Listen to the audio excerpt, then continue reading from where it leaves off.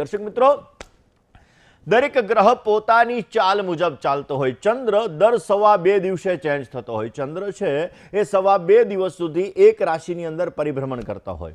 સૂર્ય મહારાજ 1 મહિના સુધી કોઈ પણ રાશિની અંદર પરિભ્રમણ કરતા હોય, જ્યારે શનિ મહારાજ 2.5 વર્ષ સુધી, રાહુ મહારાજ 18 મહિના સુધી, ગુરુ મહારાજ 13 મહિના સુધી. આવી રીતે દરેક ગ્રહો છે એની ચાલ અલગ અલગ છે અને એ ચાલ મુજબ પોતે રાશિ પરિવર્તન કરતા હોય છે.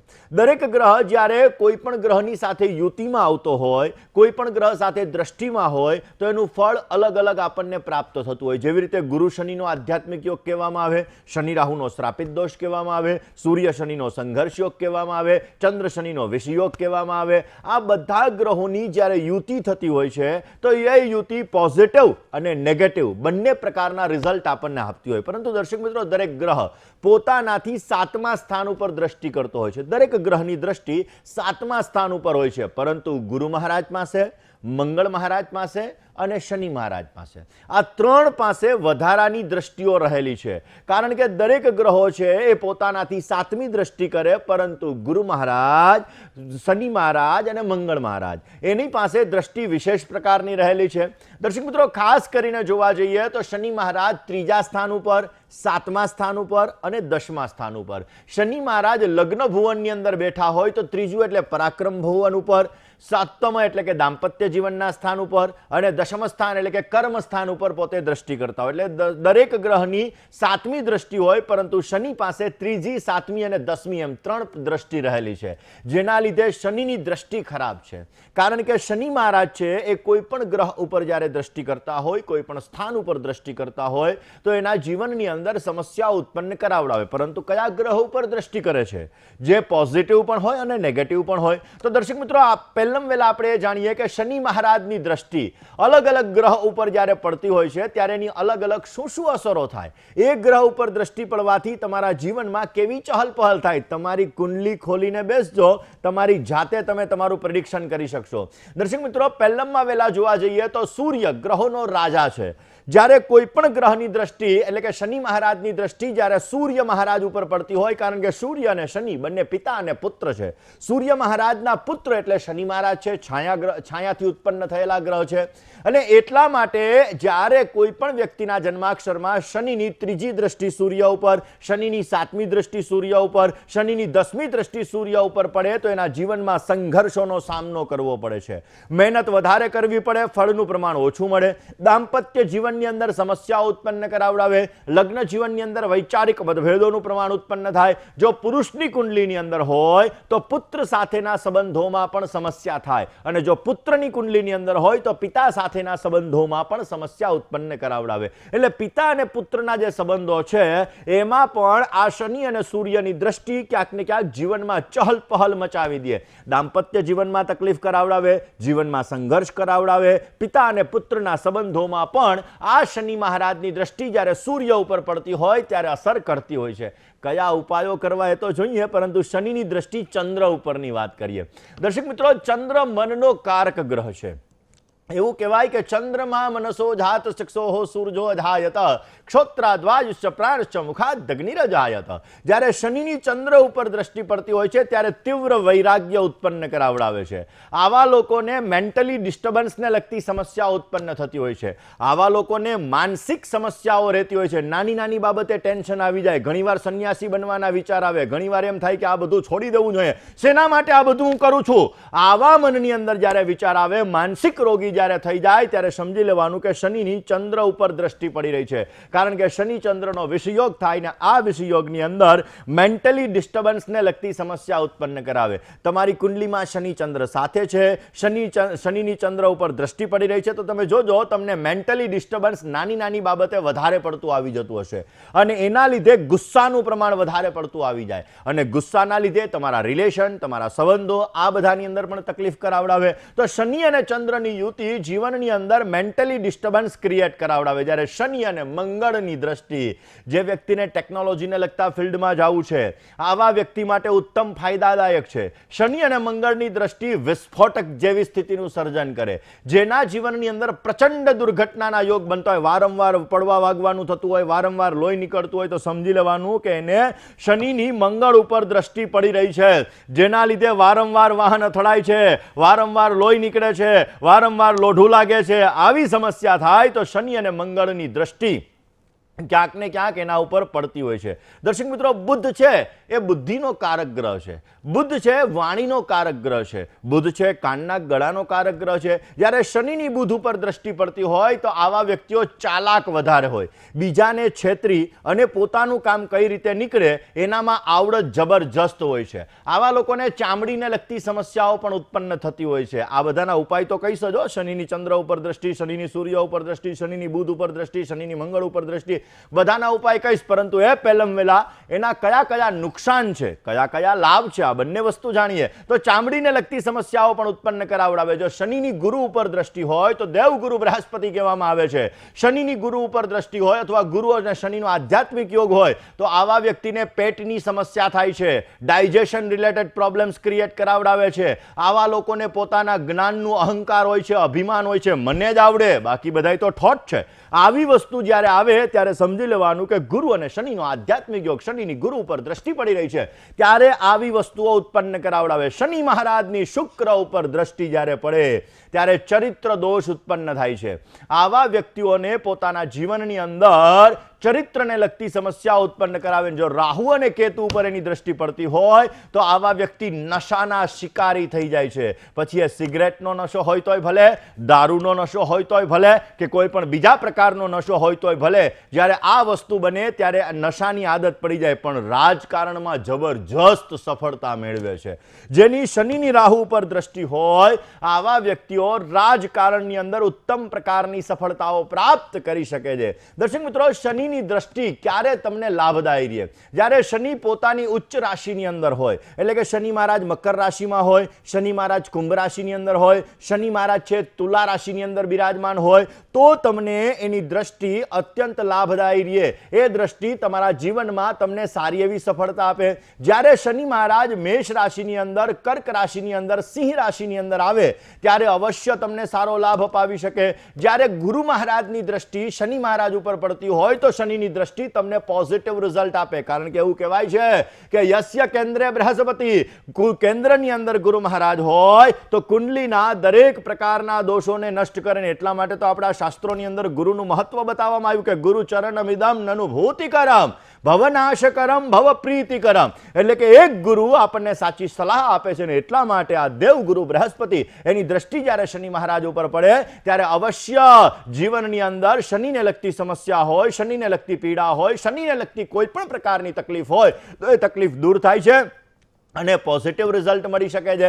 શનિ મહારાજ જ્યારે કુંભ રાશિની અંદર બિરાજમાન હોય, શનિની દ્રષ્ટિ ત્યારે લાભદાયી રહે છે, ધન આપે છે, શાસન આપે છે, સત્તા આપે છે, અને સાથે સાથે પોતાના ઘરથી દૂર જઈ અને સુંદર મજાની સફળતા પણ આ જ શનિ મહારાજ આપે છે. અને શનિ કર્મનો કારક ગ્રહ છે અને આવા વ્યક્તિને ઉત્તમ પ્રકારનો લાભ આપી શકે છે. હવે દર્શક મિત્રો, શનિની સૂર્ય ઉપર દ્રષ્ટિ છે, તમારા જીવનમાં સંઘર્ષ છે. શનિની ચંદ્ર ઉપર દ્રષ્ટિ છે, તમને મેન્ટલી ડિસ્ટર્બન્સ છે.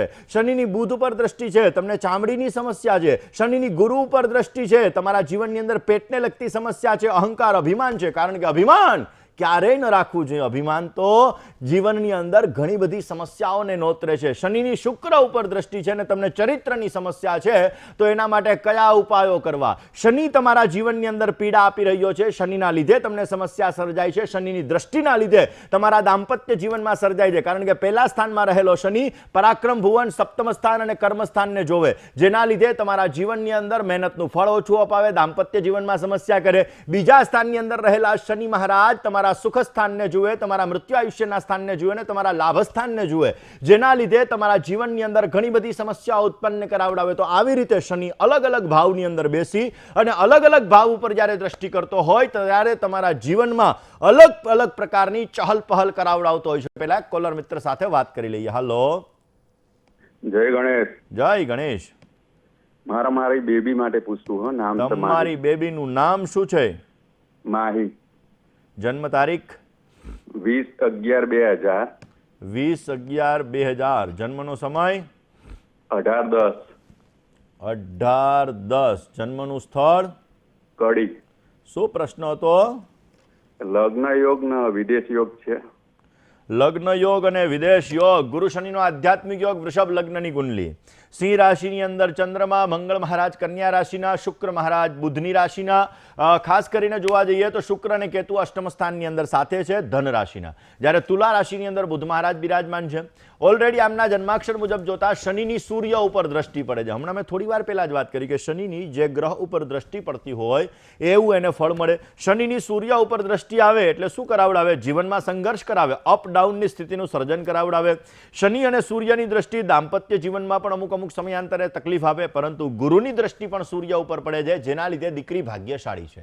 જેના ઘરમાં જશે એને સારો લાભ આપશે. એના બોન પછી તમને ફાયદો થયો હોય. ગુરુ શનિનો આધ્યાત્મિક યોગ છે એટલે પેટને લગતી સમસ્યા બેનને ઓલરેડી રહેતી હશે. બીજા સ્થાનની અંદર રાહુ મહારાજ છે. વિદેશથી લેણાદેણી સારી બની રહી છે. અમેરિકા માટેની ટ્રાય કરજો. અમેરિકા સાથેની લેણાદેણી સારી છે. લગ્ન કરતા પહેલા દ્રષ્ટિ દ્વારા થતા શનિ સૂર્ય સંઘર્ષ યોગ અને બીજે રાહુ નાગદોષની પૂજા અવશ્ય કોઈ પણ ભૂદેવ પાસે કરાવી લેજો, જેથી સુંદર મજાનો લાભ મળી શકે. રોજને માટે આદિત્ય હૃદય સ્તોત્રનો પાઠ કરવાનું કહેજો. અવશ્ય સારી સફળતા મળશે ને દાંપત્ય જીવનનું સુખ સારું એવું પ્રાપ્ત થઈ શકે. વલર મિત્ર સાથે વાત કરીએ, સમસ્યાનું સમાધાન મેળવીએ. હલો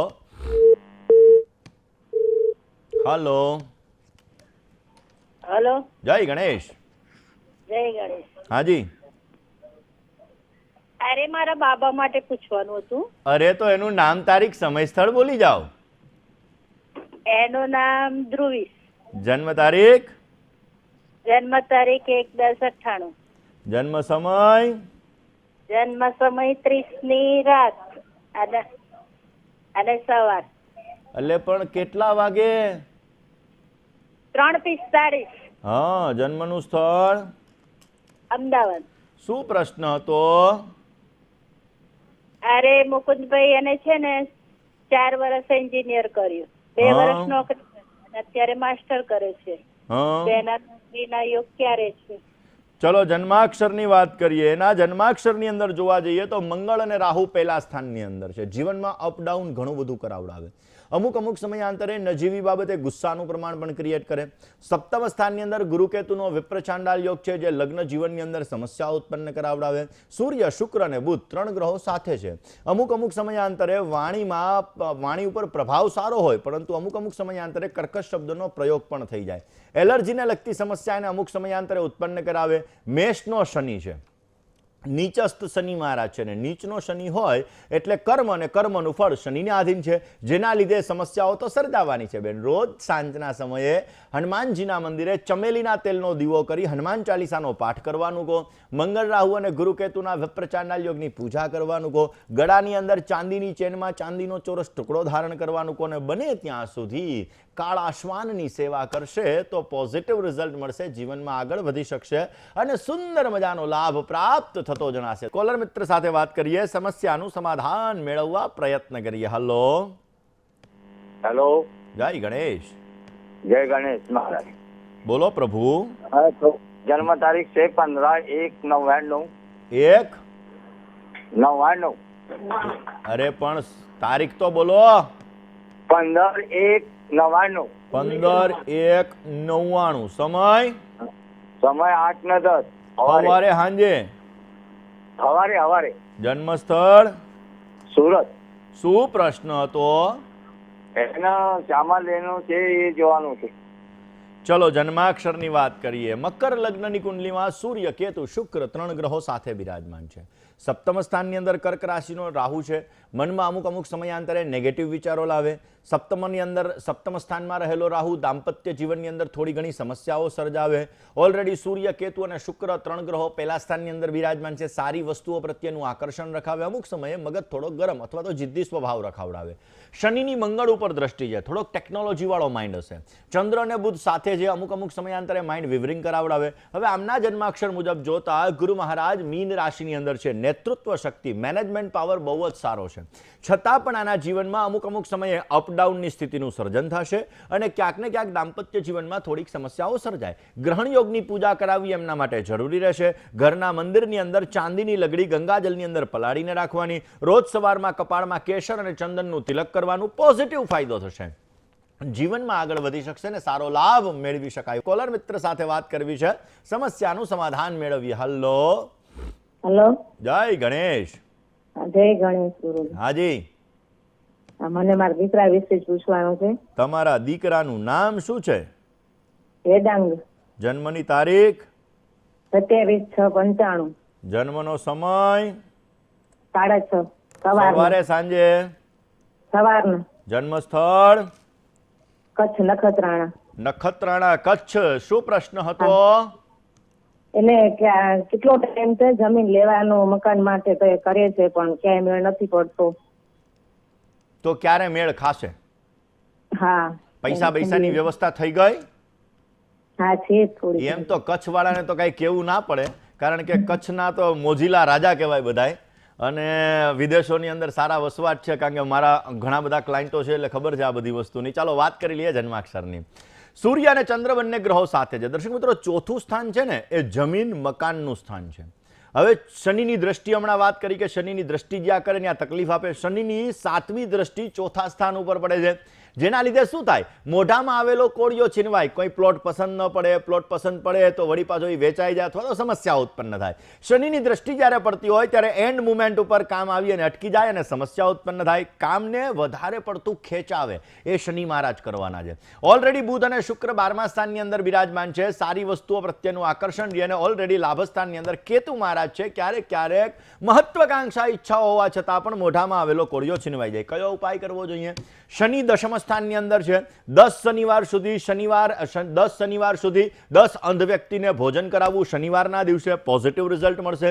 સૂર્ય અને ચંદ્ર બંને ગ્રહો સાથે છે. કોઈ પણ બ્રાહ્મણ પાસે સૂર્ય અને ચંદ્રની વિધિ એટલે કે પૂજા અવશ્ય કરાવી લેવી જોઈએ, કારણ કે 0 અંશનો ચંદ્રમા છે, 11 અંશનો સૂર્ય છે, એટલે એની પૂજા કરાવવાથી પણ પોઝિટિવ રિઝલ્ટ મળતું જણાશે. ધર્મ ઉપર શ્રદ્ધા તો ઘણી બધી છે, પરંતુ શંકા કુશંકાઓ ક્યારેક એને ઉત્પન્ન થાય છે. પણ મંગળવારે એને કહેજો કે ગાય માતાને ખાસ કરીને ઘાસ અર્પણ કરે, મસૂરની દાળ અર્પણ કરે. પોઝિટિવ રિઝલ્ટ મળશે. જીવનની સમસ્યાઓ દૂર થશે. ને 600 ગ્રામ ચણાની દાળ 6 ગુરુવાર સુધી ધર્મસ્થાનમાં દાન કરે. પોઝિટિવ લાભ મળતો જણાશે. કોલર મિત્ર સાથે વાત કરીએ, સમસ્યાનું સમાધાન મેળવીએ. હલો હેલો, જય ગણેશ. જય ગણેશ. મારે મારા બાબા વિશે પૂછવું છે. તમારા બાબાનું શુભ નામ? શ્યામ. જન્મ તારીખ? 20/9/2002.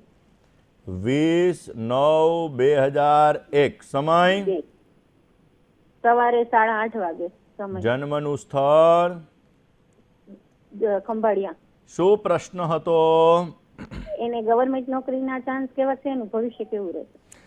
જો પહેલી વાત તો કન્યા લગ્નની કુંડલીમાં સૂર્ય બુધનો બુધાદિત્ય યોગ છે. દશમ સ્થાનની અંદર ગુરુ રાહુનો વિપ્રચાંડાલ યોગ છે.